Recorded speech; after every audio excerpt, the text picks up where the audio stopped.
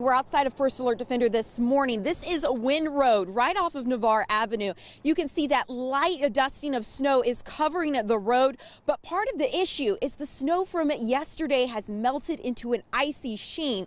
You can kind of see it right here on the pavement right off of Wynn Road, and with that light dusting of snow on top of that ice, it can be really slick. And that was due to an online invitation that had this party open to everyone. That's what police tell us, and you can see how it's transformed this neighborhood. Crime scene tape weaving in and out of cars. Taking a look at what's left, you can see this park bench toppled over right here, and walking our way back, you see tire tracks and debris lining the grass on the side of this sidewalk. And it's up ahead right here that we find this tree. Take a look at the damage. The tree completely exposed with the bark shaved off and some of it in the grass. When you see a lot of these candidates on the stage, especially so many, they often try to differentiate themselves from one another. But last night it was really more of a race, as a majority of the candidates tried to see who was more in line with former President Donald Trump's policies. There's really no other way to describe it than obliterated. The front of this Ford F-150 is smashed,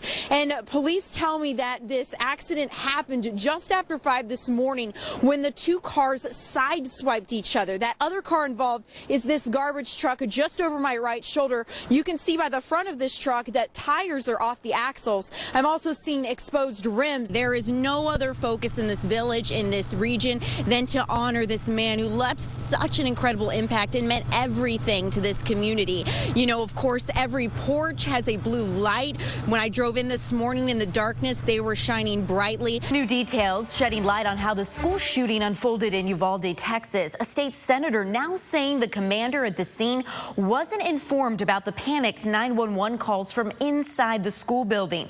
And a breaking alert this morning: Russian and Ukrainian officials have just sat down to begin talks on the Belarusian border. Meanwhile, Russia has just closed its stock market. Officials in Haiti are now demanding the release of 17 Ohio missionaries snatched by a criminal gang. European nations are issuing dire warnings of a possible imminent attack targeting Kabul's international airport. We conclude our series this morning with a message from his family. The young officer had high hopes for moving up in the police department. Instead, he's leaving behind a legacy of love. I take a look at how his family hopes this will inspire others. Brandon Stalker was often outnumbered. He was able to hold his own. He spent a lot of time with the women. It would be Cosette, myself, my girls, and Brandon. He'd often be the only boy in the situation. Perhaps an army of tough women was the best training Brandon could receive. I miss him every day. I miss his smile, mostly just the love and doing things with him. For his oath to protect and serve, the young father of two got his fateful assignment to serve a year ago in the afternoon hours of January 18th, 2021. Yeah, the gun is going inside the house right now. He worked to keep Toledo safe as SWAT tried to force an arson suspect out of his home. They fired tear gas, and the man came out firing 2 guns. A bullet struck Brandon's head. He was just 24 years old. His family was just devastated. I had tried to call Cosette and she didn't answer, and I already knew. And then I tried to call Ashley and she didn't answer. And my heart just dropped. While one mother's heart was breaking, My son did his job. another mother's heart searched for answers to tell her 7-year-old daughter. I fell to my knees because it hurts me, yes, but it hurts me more for Kenna than it does anything. Together, Cosette and Becca told Kenna her daddy got hurt at work, and he's in heaven now. She cried. Instantly, she cried. Because I think she knew. Grief has the power to transform, especially 1 year later. It can transform the meaning of community. Well, I've always instilled this in Brandon, though, you know, to be there for others, you know what I mean, and help others and be there for everybody. And to have it come back to us is you know, I don't know if it's God's will, you know what I mean, but it's amazing because this is what I've instilled in my son. The outpouring of love from the community is unbelievable. It can deepen a friendship. I think part of me just wanted to always let her know that it's okay to not be okay. I never want to say to her, you know, like, oh, I understand, I know what you feel like, because I don't know what it feels like to lose your only child. But I always want her to know that I'm there. Even transforming how you understand yourself. How strong I am is a big thing. Because I found myself to try and help other people, you know, more, and that have lost someone. Grief feels a lot like love with no place to go.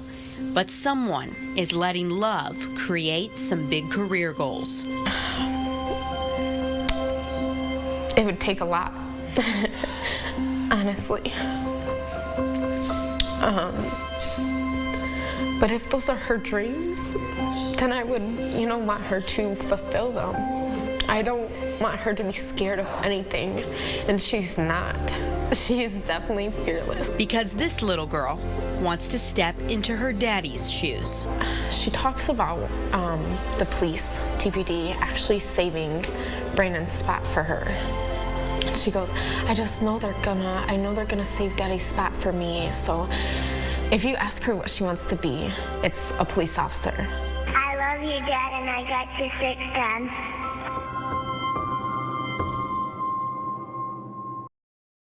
Just like the war in Ukraine, rising inflation and energy prices took center stage not only for the Democrats, but also right here on the Republican Senate primaries debate stage. Now, many of the Republicans speaking, J.D. Vance, Matt Dolan included, said we need to bring supply chains back home on American soil to alleviate rising prices. They also believe we need to focus on restoring America's energy independence. Some of their words. Now, let's take a look at how some of the candidates answered questions overall.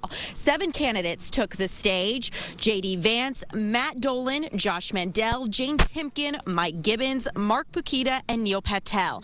At least 10 questions were asked, ranging on issues from the 2020 election to the war in Ukraine to immigration and religion in government. Nearly all candidates agreed we should support Ukraine with humanitarian aid, but not put American troops on the ground, nor enforce a no-fly zone. J.D. Vance was the one to disagree here, saying Congress should put money towards fighting Ohio's opioid epidemic and that we need to focus on issues closer to home. When asked if they could provide specific facts showing falsity in the 2020 election, 6 candidates pointed to examples that the moderator then each said have been proven false. State Senator Matt Dolan was the only candidate to distance himself, saying he believes Joe Biden was justly elected, but he says Biden's policies are failing. There's a problem. We need to investigate it. The January 6th Commission should be investigating that instead of some false accusation of some kind of insurrection. We also realize that I am the only one going to Washington looking forward to take on the crisis caused by the Biden administration and to submit Republican conservative ideas for tomorrow's possibilities. Now, 4 of the candidates took questions and answers with reporters. 3 declined. Mike Gibbons, Josh Mandel, and Jane Timken did not come to that afterwards. But the debate continues tomorrow with the governor's candidates. So we're going to hear from the 2 Democratic candidates vying for your vote. As you know, there will be no Republican Senate primary debate because Governor Mike DeWine has opted out. Reporting live in Wilberforce tonight, just outside Dayton, I'm Ariyl Onstott, WTOL 11. Thankfully, the man living inside is okay, and I want to speak with him this morning. We have Chuck over here at a safe distance. Chuck, describe to me what happened this morning. I just happened to get up to get a drink of water and started to go back to my bedroom, and I heard a big explosion. I thought the apartment complex exploded. and started to walk back, and it threw me against the wall. And I tried to go back in there, and the apartment just filled with smoke. And there I saw a car sitting there, and everything I own is right there. What was your initial reaction? Did it kind of sink in for you? Take a minute to just realize a blue Dodge Challenger went through the windows in your house. Yeah, it took me a couple minutes until I heard somebody screaming, and then I tried to get over to the car, and by that time there was so much smoke I couldn't see. Did you see the driver? No, I did not see the driver. And one of the things you were telling me as well, you have everything you own in there. If you had been sleeping in your recliner like you normally would have, you feel like maybe it would have been a different story. I probably wouldn't be here right now. You feel very grateful to be here right now. Very grateful. And on the topic of gratefulness, you were telling me your neighbors are out here, they care about you, even down to the shoes you're wearing. Are those your shoes? They are not. They're one of my neighbors. I busted out my bedroom window to get out, and I'm out here barefooted, and he brought me a pair of tennis shoes. What have your neighbors been doing for you right now? Just talking to me, telling me they're thankful I'm alive and thankful that I'm okay, and we'll get through this. Chuck, thank you so much for sharing your story with us. We'll get back to you in a little bit. I'm glad you are okay this morning. Thank you. We're also going to be talking with fire and police. Oh, these are nice. You could call Janine a senior citizen. You could call Janine particular. I already have plenty of both of those at home. But if that's all you call Janine, you'd be doing her a disservice. Sometimes I get too assertive and stuff. People tell me that. But I had to survive. You see, there's a lot about Janine's life she didn't get to choose. And I lost a 16-year job with a 5-minute notice, and they denied my unemployment. And all of a sudden, my life changed. The economy tanked during the Great Recession, and Janine found she could never fully recover from the job loss. Then her mother died in 2010. You can't just lay in bed and curl up in a fetal position and cry. You have to just go on. And more than 20 years later, ever practical, Janine did go on. I met Janine when she came to our Augsburg food pantry about a year ago, wondering what was going on in the parking lot. And she comes very regularly, and we've become friends. I was really drawn to Food for Thought because they let you pick what you wanted. Just because we're low income doesn't mean we don't have taste bud preferences. Choice offers freedom and dignity, something Food for Thought's leaders believe is key to breaking the stigma about asking for help. Number one, offer choice. Let families and individuals choose their own items as if they were shopping at a grocery store, and build relationships with them. Food for Thought operates 10 different pantries throughout Toledo, offering fresh produce with no limits on visits. The pandemic has drastically increased the number of new faces they see, and now inflation is having a similar effect. With the prices of groceries, oh my God, I'm finding that I can't get very much. But free of charge is the relationship built through thoughtful giving. Oh, can I? Yes. Okay. Yes. Oh, that's great. We know her, we look for her, we expect her, we worry about her when we don't see her. They don't look down on you, and they'll talk to you and stuff, and everybody's very helpful, and they understand your situation. They understand about the fact that you're picky with what you want to take, which is phenomenal. With each visit, Janine leaves with a basket full, filled with more than just food. Ariyl Onstott, WTOL 11. It's finally Friday, and I'm Ariyl. Let's get you in the loop with today's top stories, like parents and students are angry at the University of Toledo, and they want the student dining shut down. A new report shows the dining hall still has issues with cockroaches, even after the university said the pest issues have been resolved. The health department is investigating.